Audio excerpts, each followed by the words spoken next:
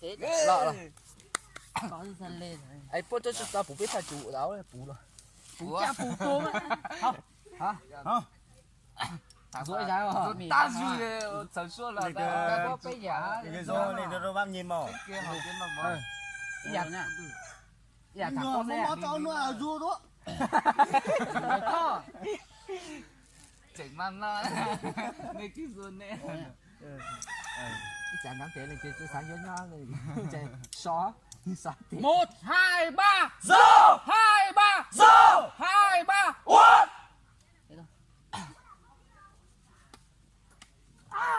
Dạ dạ. Cho nó bên lư để camera tí bỏ cho nó bút được cho ta nó lên để nó 2 3.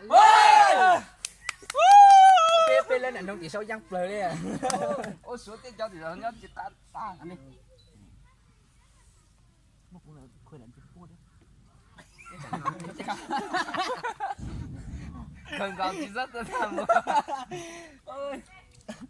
Ôi chưa sao là tí. Nhưng vậy con hơi con nào nãy biết chơi lưới vậy? Con nào nãy biết sao rồi? Cũng muốn làm trên phố được khoe chỉ xong má.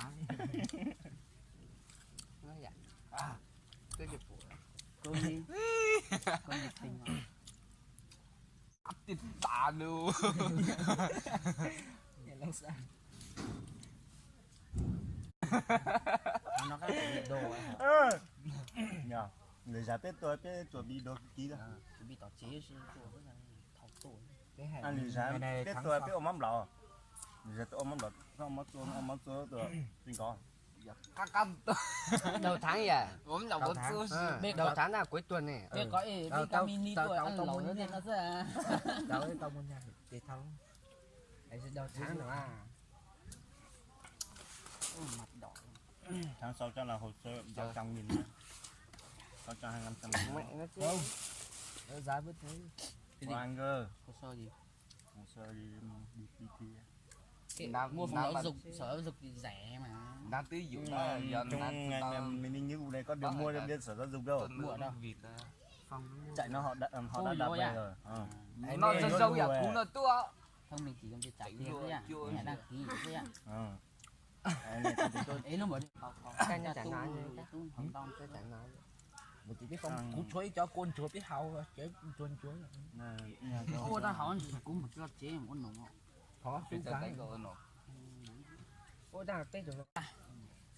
Thật cái nói thật cái không. Sao đây. Thằng ta cá hò. Được rồi. Tuổi nhá. Cha thảo thì Tết tốt rồi. Cái này hay á. Đi kỹ càng đi. Ta thảo tí tôi ấy báo. cái hậu Dễ nghe anh hả? Cũng chụp to ha. Mà sao? Bởi vì là mua xí là cô rồi nông tí 6 số. Em là chủ toàn co cũng mơ từ đó đâu thì Tuổi rồi. Thế nên cho cô lấy cô chụp to này. tròn Tôi câu cá thật. Trong nhưng mà để Dẫn cho người yêu thế luôn. nhưng mà nếu là đi lúc đấy thì đi nhớ là đây là gọi điện cho anh xuống trước xong là mình đi thì mình không phải mất tiền này, mình chỉ mất tiền mua xăng mua dầu vào đấy thôi. Anh Sùng Chơi gì đâu. Vậy nhá. bây giờ vậy á. giờ tiền nó mùa dịp nhưng mà hôm nay anh Sùng Mua Sùng gì nó đó? về quê rồi. Cái bờ thi. Anh Sùng nó về cái chụp bao. Mình nồng máy ở tao phì à đi cả mở tiền mà mấy Ô cho cái hộp bao tôm máy. được biết tụi nó tàn lắm Tôm máy đấy cho tao đâu. Có biết đỏ nên mình đăng có ít khó mà đăng mà Dễ thiệt luôn. đăng mà. Ở bên wifi bao là dùng cho sai chẳng. Đang ở bên rằng chơi thế này. Cũng trên đông có sâu quay cho ăn đủ không đó. Có cái Đây là tôi sẽ chơi sâu sâu. có cái đây thôi. chỉ tên nó bên lấy cái hành dòng cái bên mình chỉ thông luôn rồi Đây vào đây nhưng mà Mẹ hỏi kia ảnh đại diện chưa chị âm đi dùng con tệ như thằng nào dùng ấy tệ vẫn đang Đấy là vẫn cái vấn đề rồi. vẫn đang Đấy mấy tuổi bình phát cái thường tin nhắn đây là tao thấy vấn đề nó rồi. nó mở nó chỉ tả ta tự không đang là không biết gì cái hôm mà gọi về về luôn ha Nếu mà tao ở gần mày thì tao bảo rồi nhưng mà ở xa nên tao mới tin nick chị hát cái kiểu ấy mày nhận được tin đấy không? ta nhận được nhưng ta không trả lời được Đấy. anh Tông chả biết chắc là Tông trả lời lộ cái anh kia. người lộn người Chưa anh Tông cái gì anh tên Tu anh làm bạn Tổng phải biết thôi mà. Bạn biểu Lộn người. không là bạn tốt đâu. Anh chơi tháng anh lúc học cấp 3 thì học lắc Hầu tìm như nhau là nhưng xem mà cái tin nhắn thì kiểu từ anh có chơi đâu. có thằng con dân nhau tôi Số em bái này thì mới chơi với nhau thôi chứ con.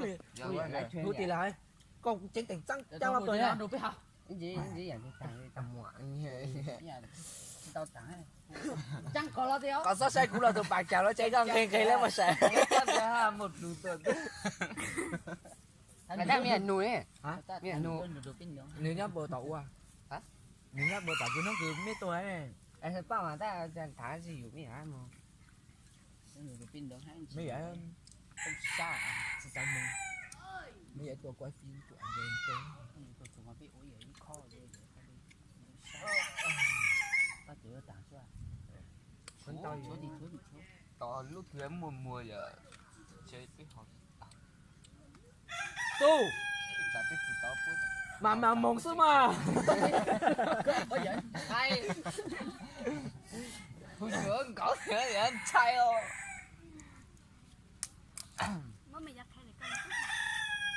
tao thấy bà tao chửi cho mà bằng nhi chứ bạn con nick face à bà tao chửi cho trận nó con bé nó ăn nó lớn vậy đâu cái không cho nó ăn đi được á chung mà bọn rồi trẻ anh nó thắng rồi đơn vị bạn nho Tuổi. mấy phỏng nó sẽ in nho về Có tôi chụp trăng à. Ở bên Ngọc Hà thôi nha. Tôi cho từ giờ cho biết cái dạng thứ hai từ giờ lấy chuyến lên tuần lúc cái học bằng Có chứ hay dùng quá chắc cho ai à. Có không chứ. ai dùng tao đó mà có nói một trận lẹp như thế anh thế gì cũng vô dinh Hầu như nhớ biết nhận. từ là nắm mọt cái mà cái này cưới rồi cú đây in đoàn mùa hè có thể ở mọi người hai một cú hít chứ à có hít cậu tôi để ai đó lấy po chuẩn bị chỉ sợ cho dùng hai con thì có chút thoát ra nè ai ông để ai cú chỉ nông hai giờ cú tôi cú thoát ra cú chân mỏi Biết rồi nữa thì có mấy hào ai cũng đùa. thoát ra để có cái bài chủ nhật đó nè Anh em mình cũng sợ. anh có nhiều học thầy à chỗ hồng mê sẽ giả vòng đấy chỗ hồng mê sẽ giả đi hoạt động vậy nó ôi vậy cái chú giả Ở trên tôi biết sợ hả? ở chỗ hậu riêng này anh đây đi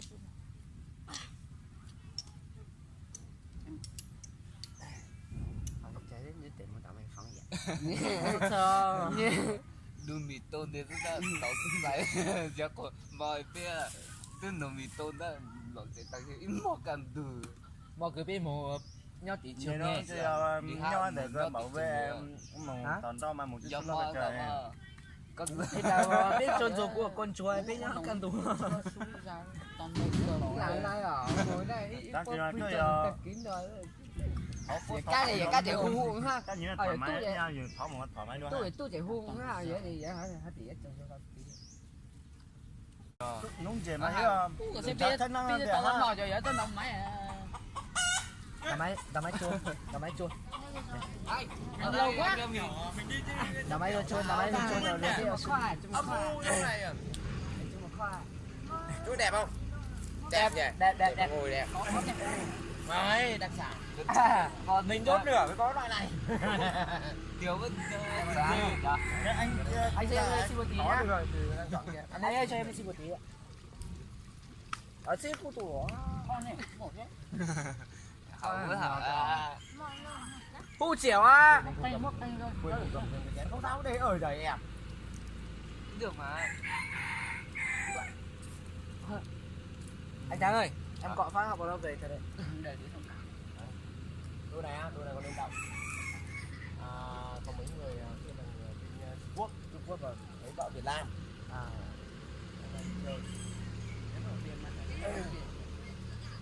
Còn đây có một đứa nói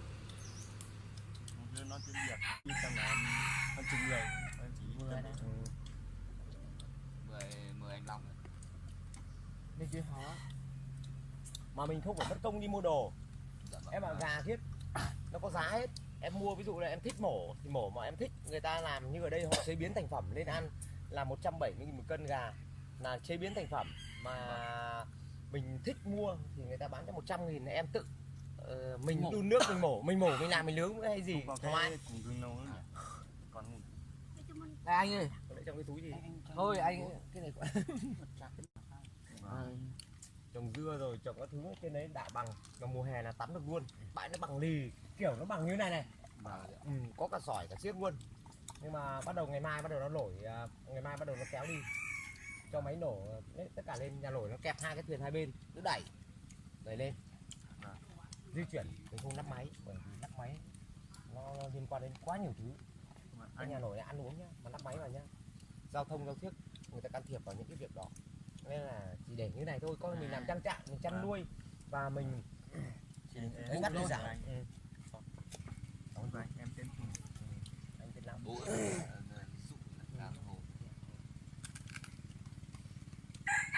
Tất cả Rất là dễ. Đâu khỏi đấy. cô cái nhỉ. Rồi trên kia vừa lấy mấy anh em làm ca rồi như này. tắt đi Không lái tàu kia nữa. Hết lên. Chú của mình. Sao tôi nghe có phải sai anh ạ? Lúc nó không ra. Sao anh mình không có thời gian luôn này. Em tin rồi từ nãy giờ rồi này. Nhưng mà phải bắt trực tiếp thôi chứ như Bốn cá này chép. lâu á. Hết Thôi cái này đi, bia, đang nó đi, hết đang năm non, các cơm canh đầy đủ, các cái 600.000. đang đi. Đấy để ăn. Bốn cá chép Chỗ nào một bữa đẹp anh. là hấp, và gà là một lửa luộc, một lửa nướng, một lửa luộc, một lửa rang để ăn cơm. Với lại cơm canh tất cả hết có 600.000 thôi. Đấy, người ta phải điềm đạm thế, làm cái này không thể để ấy được. Khách như các em đi lần đầu thì mình cứ biết, hiểu chưa? Lần sau thì là chủ tàu mà dẫn vào mà đắt quá là chủ tàu chủ tàu vớ vẩn, em hiểu chưa? Đấy, chủ tàu vớ vẩn. Còn chủ tàu đàng hoàng nhé, tàu nhà mình chạy mình chở không bao giờ có vấn đề nọ kia. Rồi một cái để mình đi du lịch các em cũng thỉnh thoảng mới đi, nhưng mà mình là khách du lịch anh đi học giờ này mà. nhá, là khoảng tầm gần 20 năm rồi chạy khách du lịch. trên Lào Cai. Đẹp quá rồi. Lào Cai về thì không dành cho mình. Lào Cai Tốc nhanh hơn. đấy, nhanh hơn mà. Em cho anh. Em cho anh ạ. Có thế để mai rút về. Có tiền thuyền để mai mình chuyển đấy, mình không Anh ngồi đây làm ly của em. rồi ok. Còn 6 mai nó sang thì chắc giờ nó đi đồ Anh em nữa ở đây thì mình nhờ anh em lấy thuyền ra cho máy lên. Đi trên thuyền đi. có lại hai anh em không làm rồi anh ạ, vẫn phải có. Đây là anh em Có cọ, luôn đây thằng. em chú nhà mình. Thằng em chú nhà mình đến chị gái nó. Chú luôn đấy nhá, thằng út nhà mình để nó có ai. Thôi anh em mình đồng khởi. Em mời anh. Thôi Đưa để đồng anh khởi mời thế nào? cảm ơn mình đã. Để anh mời đến, anh mời đồng khởi cảm ơn mình. Đồng khởi đi. Đấy. Mình nghĩ là Thanh, mình sinh năm 90, nhưng mà có bạn nào mà hơn tuổi mình thì mình gọi bằng Chỗ anh. này thì không có đâu anh. Không có đâu anh. Anh ơi, Anh em hơn anh 7 tuổi. Chúng em 97. Đúng rồi, 97 là hơn. Còn 98 là còn hơn nữa. không phải là hơn. Càng trẻ lại càng hơn. Mình tên là Thanh, nhà mình ở cây 1 Yên Bình, chỗ cách cái nhà các bạn để đi chỗ tàu Bánh Long ấy, cách đấy ở 3 cây nữa. của anh á. Còn nhà anh chị nó thì giáp nhà mình luôn. Thì bà cho đất thì là nhà mình với cái xe ô tô lúc đỗ đấy, cái biển 30 đỗ đấy, cái xe taxi gì đấy, biển Hà Nội đấy, biển 30 đấy. Đấy. Có cân đâu. Thằng em Câu em có mồi đâu mà câu. Thế còn nhà anh này đấy Có mồi. để xe luôn. Nhưng mà anh lại mua tiếp nhà vợ anh này chuyển ra chỗ ngã ba vào đấy đường rẽ đấy. Thì là mở thêm một cái tắc này ra đấy nó đông người hơn. Thì là mở ra ngoài đấy. Em tên là Can, em Đuổi vào đấy xong là đuổi khách vào đấy xong là xe thì toàn để trong nhà mình. Vợ phải làm đấy. em sợ em ở nhà ba ngã tầng 6 anh muốn cả. Mùng Trải, bác. Mùng Trải con bạn. Em không à. Không, nhà Có mình một ở đâu? Không trải luôn. Mùng Trải. Chỗ này Mà mùng mình trải hết anh ạ. Trải được. Đợt trước là mình hay chở cái đoàn mà du lịch ấy anh. Du lịch của hội lớp du lịch cái thứ ấy, bọn anh thì anh hay dẫn tour mà nhìn mình nhỉ? Anh vào thì làm khóa cái thứ anh làm một khoa du giảng lịch đấy. viên đấy, Giảng viên khoa du lịch đấy. giảng viên Thằng, trường du lịch Yên Bái đấy. Em quên Đồng rồi. chí nhà quê ở dưới kia, quê ở dưới Nghệ An. Anh em Mù Căng Trải chặn tấu xuống rất nhiều. Đúng rồi, thầy Dương. Dương, đúng thằng Dương. Thầy Dương. Dương. Thầy Dương. Đấy thanh niên là học ở văn hóa đấy. À đấy à, đúng thầy Dương. Đấy. Nhưng mà em lại chạy ngành du lịch, nhưng mà em lại thích đi du lịch. Cứ hôm nào mà họp lớp trải họp nghiệm. hết cái thứ là lại thầy lại thuê tàu của anh lại lên đây ăn uống. Dương. Dạ vâng. Của anh nhá. Mình tên là Thanh. Hiện tại thì đang làm việc ở đây. Không có nghề nghiệp gì thì mới thảo người ta đi làm. Của anh Thanh. Vợ thì lấy nhưng mà Được, đấy, phải vậy. Thằng này lấy được nhiều cái lắm. Anh anh lên món chạy thì em sợ là anh đòi về thôi. Có bụng thôi. Rắn rồi. Chứ anh không đòi về thì bọn em Lên đỡ. đến gái Thái sinh năm anh chết mấy cô gái Thái đấy. Bảo Một tháng lên 3 lần. Lên 3 lần. nướng. Lên đấy anh chỉ sợ anh đòi về thôi. Vậy thôi vợ nó phóng ở lên đó mà. Bạn rồi thì tốt thế này như này nhá. Anh em không có thời gian nữa nhá. Mà ấy uống rượu xong anh về không? Về không? Đi đậm không? Không đi nữa. Anh nói thật là như này này, anh tư vấn cho em. thắp bài năm về. Anh rất dễ, vì cái gì cái anh nói cái gì là cái đây có thằng em đây biết, anh trở thành rất nhiều. Còn lâu đấy. Thì anh Thôi anh em mình dùng cơm nhá. đây đoạn nào đây đoạn này. Anh mới ra của đồng khu kia cho Mỹ dọn sang Vĩnh Tuyền. Mai anh chuyển ở trên kia rồi thì hôm nay mình phải làm bắt ngày đi cho nó xong việc đi. Đấy. Còn đồ đạc các thứ mình chuyển cho con. Sao là làm tiền Này, Sao cứ dám như đi hôm chơi. nào xuống là trên mình mà đi xuống mang người rồi tắm này. ok anh. Đó là có mùa. Sao cái mùa đấy chưa có thôi, còn mùa đấy có thì ok anh. Táo mèo là Nó chán lắm. Sợ đến dạ mà cho em xin. Có cái này cho anh thử. Em này cái ban kia đi. thôi bỏ cái đấy nhá. Cứ để sâu ấy không sao cả. Mai mày đi mua đê. Để bát này cho anh. Không ăn đâu. Đổ đi nhá, đổ đi nhá. Cơm anh em rồi, em cơm dưới kia rồi, anh em cứ dùng nhá. 4-5 anh em dùng nhá. Xuân chú nhìn rồi gì? Rồi. Thế anh còn bảo chú uống chén đúng không? Thế thôi mà em Anh em dùng đi. với nhau cái hả? Ăn đi. Nhưng mà anh em mình hôm nay rượu vui nhỉ?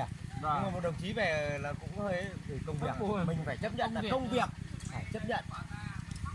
Em ạ, không có vấn đề gì. Đúng không? Vì công việc. Công việc Cũng như là các anh nó được tự do. Em là bên cơ động à? Vâng, em cơ động với đồng chí này thì bên trại giam. Cái giam cái 8 à? Còn hai đồng chí này thì về bên trường học. Cơ động đợt thằng em nhà mình thằng em hàng xóm. Đây. Cái nghề mình mỗi người mỗi nghề em ạ. đúng rồi. Nhìn lúc anh Còn cái đội cơ động của mình này cũng cơ động của bộ chứ không phải của tỉnh đâu. Mình này, ăn cái C12 này là cũng của bộ hết. Đấy của bộ bọn em xin đóng quân ở trong. Đúng rồi, của đội cảnh sát giao thông rồi. Cũng đâm nó gãy chân này, 5-7 giường xong bắt đầu là cả triển chiêu xuống thăm ấy thằng cu gì nhỉ? Dân Dũng một tí rồi anh nhỉ. Rồi ok. Tha thò thì giờ này. Thò đi anh người. Bây giờ có mic không anh? Đấy là gì thôi. Anh mình vào đây hát xong Chơi rồi anh. chơi tí nữa.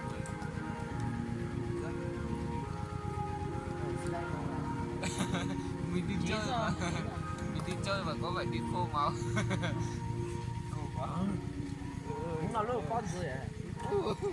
Đây là rồi, các ơi. Đây cái đoàn của đứng đồ này, màu đốt như này lâu rồi. Mình hôm nay Bé tí làm mòn. xong cái đoàn nó chín cái này. Chim nó ấy cổ quá mình nhìn thấy nó thương. Nó thật mình bảo thôi cái chị làm này, cái chị mình mà cái chị lễ đi chùa mà cái chị làm này không được. Mặt bao nhiêu cái chim một con này nhìn tiền nó mua mang từ Lào Cai về mà. Thế xong bắt đầu có một số đồng chí lại quay clip nhưng mà không được quay đừng tung lên mạng. Nếu mà quay thì được để trong cái đội nhà ông thì được. Không quay ông tung lên mạng là ông hỏng ngay, hỏng hàng ngay. Quay tung lên mạng thì Đấy, nhiều cái lắm. sao nó vào cuộc. Đây, nhiều cái lắm, môi trường rồi là kể bảo vệ thiên nhiên rồi là Anh ấy. Ê, ăn xong rồi. Ăn cái cơm đấy. không ạ? Chơi bóng đâu nhỉ? Ơi.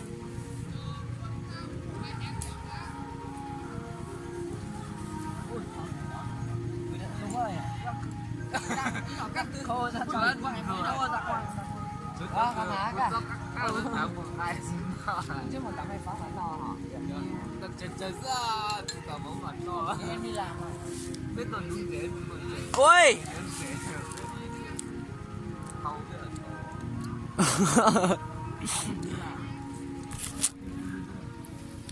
Ai da. 你做咩 blog 呀？佢肯特kiến thôi，後者肯特kiến thôi。你哋肯定斷絕邊啊！我哋到啦。